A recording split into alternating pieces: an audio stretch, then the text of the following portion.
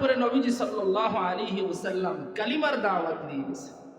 আবু লাহাবের মতো কাফেরের কাছে গেছে, উতবা উতাইবা সাইবার মতো কাফেরের কাছে নবীজি কালিমার দাওয়াত নিয়ে যান নাই, কুফফারে কুরাইশের কাছে যান নাই। সুতরাং ওয়াজটা হলো আল্লাহর, এটা বলে দেওয়া দায়িত্ব।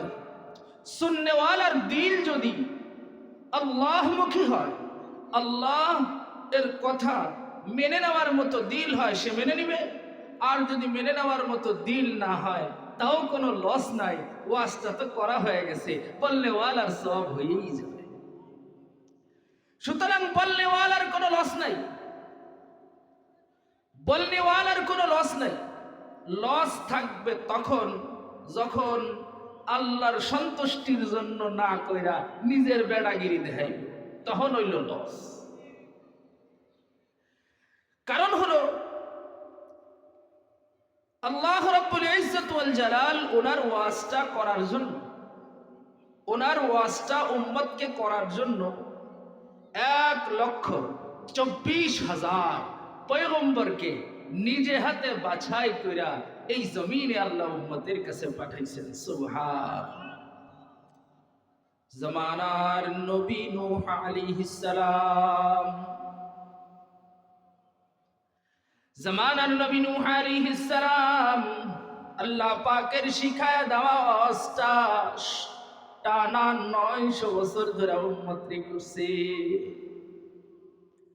দুঃখের ব্যাপার হলো এই নবীর জবানের ওয়াজ সরাসরি ওহী আছে যেই নবীর কাছে, আদমে সানি বলা হয় যেই নবীকে, এই নবীর ওয়াজও উম্মতের মাঝে মাত্র 80 জন মানুষ কালেমা পড়া আল্লাহ ধরছে। আর কওমের উম্মতের সব মানুষ আল্লাহ ছাইরা দিছে, আল্লাহ ভুলে গেছে, গুনাহের মধ্যে লিপ্ত হইছে, নবীকে কষ্ট দিছে, নবীর অবাধ্যতা করছে, নবীর বিরোধিতা করছে, শরিয়া আইনের বিরোধিতা করছে। বলেন তো আপনারা এইখানে নবীর দলে মানুষ কম, নবীর মেহনতের সময় 900 বছর, এইখানে নবী ঠকছে না উম্মত ঠকছে? ওয়াজ বুঝেন নাই? নবী ঠকছে না উম্মত ঠকছে? নবী জিতছে না উম্মত জিতছে? উম্মত ঠকে গেছে, নবী জিতে গেছে। 900 বছর কালিমার দাওয়াত দিল, মাত্র মুসলমান হলো 80 জন। তাতে কি হয়েছে? নবী সফল হয়ে গেছে। ওই 80 জন কম হয়েও, অল্প ছোট্ট একটা দল হয়েও ওরা বিজয় হয়ে গেছে, ওরা সফল হয়ে গেছে। কারণ এই দুনিয়ায় যারা দুনিয়াদার হিসেবে বসবাস করে, এই দুনিয়ায় যারা দুনিয়াকেই চিরস্থায়ী মনে করে, এই দুনিয়াতে বসবাস করে যারা আখিরাতকে ভুলে যায়, ওরা মনে করে সফলতা মনে হয় বাড়ি, সফলতা মনে হয় গাড়ি, সফলতা মনে হয় বিল্ডিং, সফলতা মনে হয় স্ত্রী, সফলতা মনে হয় সন্তানকে বিদেশে পাঠানো আর সরকারি চাকরি দেওয়া, সফলতা মনে হয় চেয়ারম্যান হওয়া, মেম্বার হওয়া, কমিশনার হওয়া।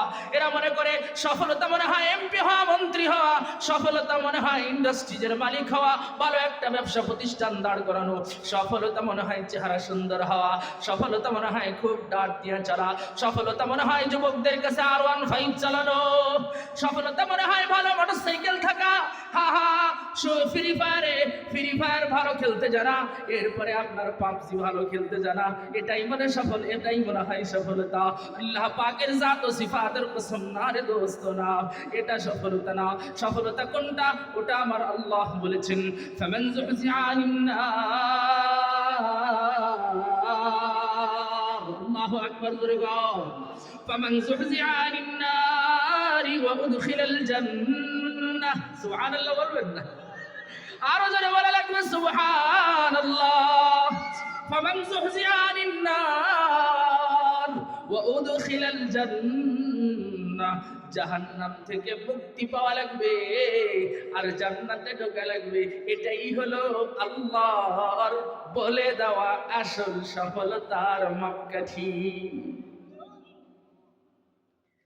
জাহান্নাম থেকে মুক্তি, জান্নাতে প্রবেশ। জাহান্নাম থেকে মুক্তি, জান্নাতে প্রবেশ, এটাই হলো আসল সফলতা। আর দুনিয়ার সব ব্যর্থতা, আর দুনিয়ার সব ব্যর্থতা, আর দুনিয়ার সব ব্যর্থতা, আসল সফলতা হইল জাহান্নাম থেকে আমার মুক্তি পাওয়া লাগবে, জান্নাতে ঢোকা লাগবে। আচ্ছা আপনারা উত্তর দেন তো, আমি জান্নাত পাইছি, জাহান্নাম থেকে মুক্তি হয়ে গেছি, এই সার্টিফিকেট, এই সিদ্ধান্ত কি জমিনে হবে? এই মানে মৃত্যুর আগে এই জমিনে বর্তমানে হবে না আখিরাতে হবে? ওটা কি ডক্টর ইউনূস সরকার করবে না আল্লাহ নিজে করবে? জোরে কথা কয়লা, এটা কি ডক্টর ইউনূস সরকার করবে না আল্লাহ নিজে করবে? ওটা কি দুনিয়ার মোড়লেরা করবে না আল্লাহ নিজে করবে? এই জন্য আমি সব সময় বলে থাকি, মুমিনের জীবনে, ইমানদারের জীবনে, আল্লাহওয়ালার জীবনে গরিব হইলেও ব্যর্থতা নাই, শহীদ হইলেও ব্যর্থতা নাই, রিক্সা চালক হইলেও ব্যর্থতা নাই, মসজিদের ইমাম সাহেব হইলেও ব্যর্থতা নাই, ছোট্ট এক মাদ্রাসার মুহতামিম হলেও ব্যর্থতা নাই, হাম্মাস কাসসাম হইলেও ব্যর্থতা নাই, তালেবান হইলেও ব্যর্থতা নাই, হা হা সুদানে না খেয়া তাইকা যুদ্ধ করলেও ব্যর্থতা নাই, হা যেই জমিনেই থাকুক না কেন, সেই জমিনে আল্লাহ পাকের ইচ্ছায় আখিরাত ওয়ালা যদি হয়, আল্লাহর ইচ্ছায় দুনিয়ার দৃষ্টিতে ব্যর্থ দেখা গেল, আসলে সে সফল হয়ে যাবে। ঠিক কিনা জোরে বলা লাগবে। 2 বছর ধরে হাম্মাস কাসসাম মার খাইছে, ওই জমিনে 90,000-এর উপরে মানুষ শাহাদাত বরণ করছে, 23,000 22,000-এর উপরে শিশু আছে, 30,000-এর উপরে মহিলা আছে, 40-50,000-এর মতো মুসলিম মুজাহিদ বৃদ্ধ আছে, সাধারণ মানুষ আছে, এরা সব শহীদ হয়ে গেছে। 25 লক্ষ মানুষের মাথার উপরে ছাদ নাই, বৃষ্টি আইলেও ঠেকানো যায় না, রোদ আসলেও ঠেকানো যায় না, খাবারের পানির অভাব, খাবারের অভাব, চিকিৎসার অভাব, থাকার জায়গার অভাব, চতুর্দিকে বোমা, চতুর্দিকে রক্তের গন্ধ, চতুর্দিকে রক্ত পড়ে আছে, চতুর্দিকে শুধু লাশ আর লাশ, চতুর্দিকে শুধু স্তূপ আর স্তূপ। সারা দুনিয়ার দৃষ্টিতে দেখা গেল হাম্মাস হেরে গেল, ফিলিস্তিনরা শহীদ হইতেই আছে, ফিলিস্তিনিদের জমিন শেষ হয়ে গেছে।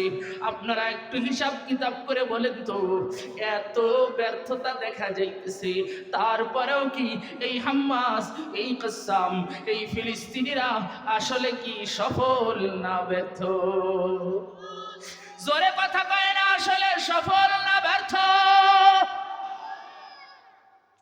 আফগান মুজাহিদিনদের বিরোধিতা সারা দুনিয়া করলো, সারা দুনিয়া, সারা দুনিয়া মানে এই মাঠে যে কয়জন আছেন সেই কয়জন ছাড়া এই এলাকার যত মানুষ আছে সব মানুষ চায়ের দোকানের সামনে যায় বসে, চায়ের দোকানের সামনে বসলে চায়ের দোকানের মধ্য থেকে হ্যাঁ আমার দেশ পত্রিকা, হ্যাঁ তারপরে আপনার যমুনা টিভি, এরপরে আপনার 71 টিভি, এরপরে আপনার সময় টিভি, এরপরে আপনার এটিএন বাংলা, এরপরে আপনার ডেইলি স্টার, এরপরে আপনার প্রথম আলো, সবাই আফগানের মোল্লা মুহাম্মদ ওমরকে, ওসামা বিন লাদেনকে, তালেবান মুজাহিদিনদেরকে, আল কায়দার সদস্যদেরকে নির্দ্বিধায় সুন্দরভাবে বলে ওরা হইল জঙ্গির গোষ্ঠী।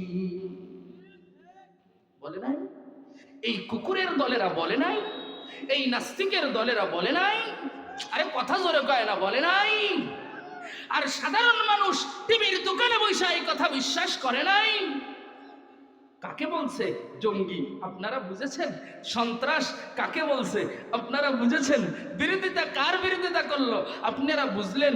এই পুরা জমিন যখন আমেরিকা নামক কুকুর, আমেরিকা নামক মিথ্যাবাদী, আমেরিকা নামক সন্ত্রাস, কত বড় সন্ত্রাস, যারা লিবিয়াকে মারছে, যারা সিরিয়াকে 11 বছরে 7 লক্ষ মানুষকে শহীদ করে দিছে, যারা ইরাককে মাটির নিচে ডাবায় দিছে, যারা 20 বছরে এই আফগানের মানুষকে মারছে, যারা আজও পর্যন্ত এই আপনার কাশ্মীরকে 85 বছরে আজাদি দেয় নাই, যারা আমাদের আরাকানকে আজাদি দেয় নাই, সারা দুনিয়ার মুসলমানকে মেরে বেড়ায়, সব তাদের জন্য বৈধতা হারায়, মানবাধিকার প্রতিষ্ঠা করা হয়। আর যখনই মুসলমানরা আজাদির জন্য পাগড়ি মাথায় দিয়া, টুপি মাথায় দিয়া, সুন্নতি জুব্বার পাগড়ি, সুন্নতি পোশাক ওয়ালা হয়া যখনই মাঠে নামে, নির্দ্বিধায় চোখ বুঝে ইহুদি আর খ্রিস্টানরা সম্মিলিতভাবে তাদেরকে জঙ্গি সন্ত্রাস বলে।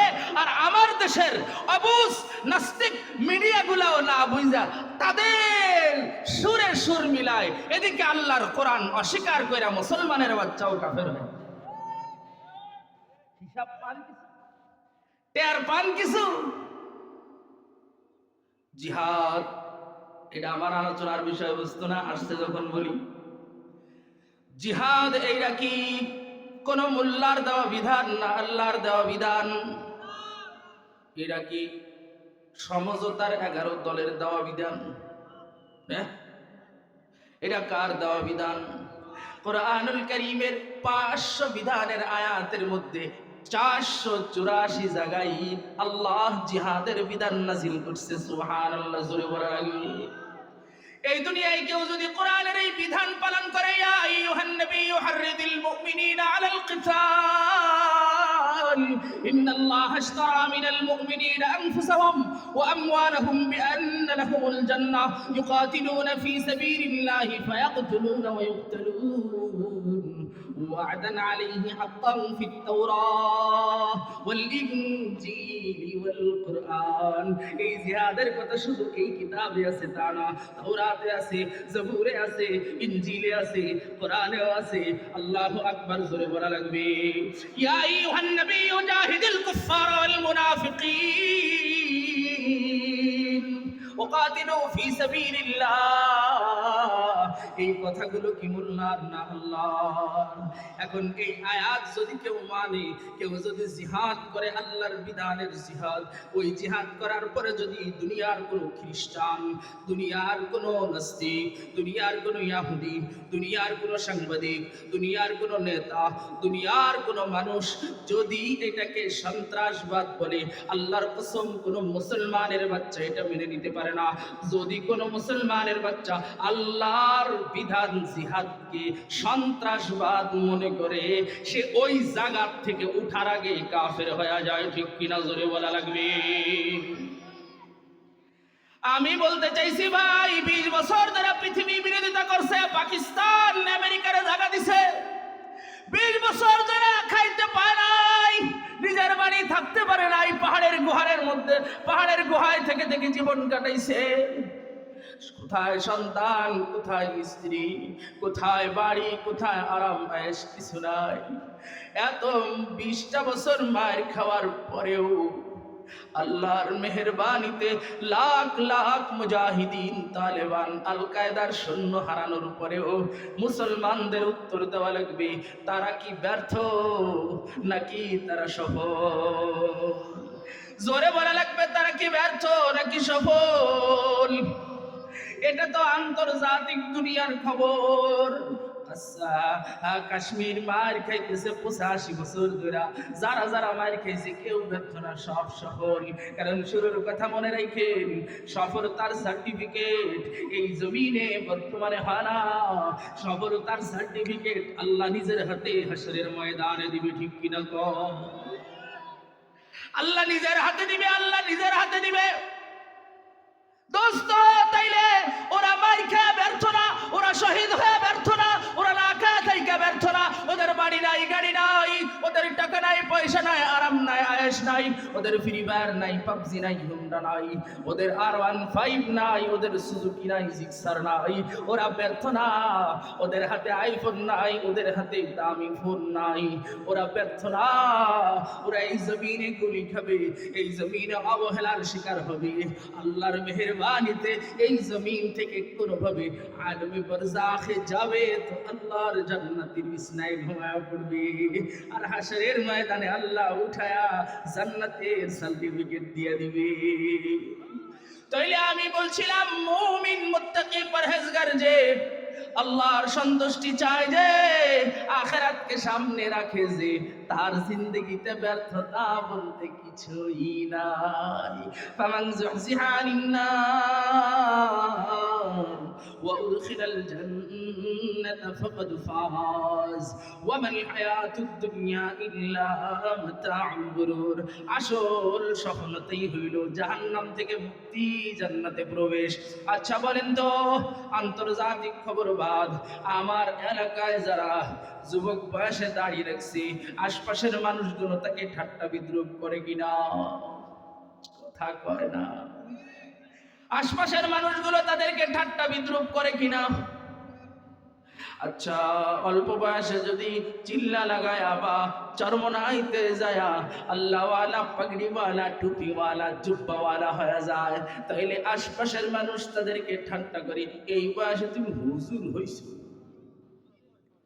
তুমি জিকির ধরছো,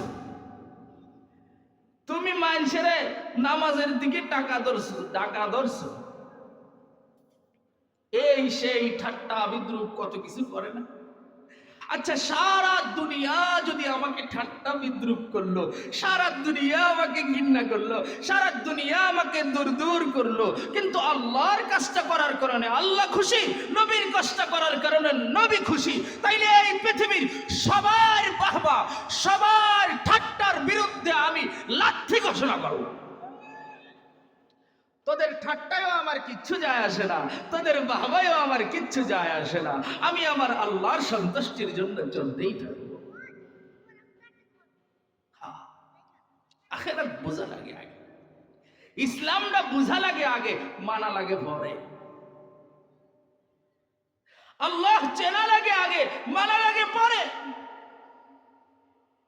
সুন্নাত চেনা লাগে আগে, মানা লাগে পরে। নবী চিনা লাগে আগে, মানা লাগে পরে। না চিনলে কেউ মানে না তোমার।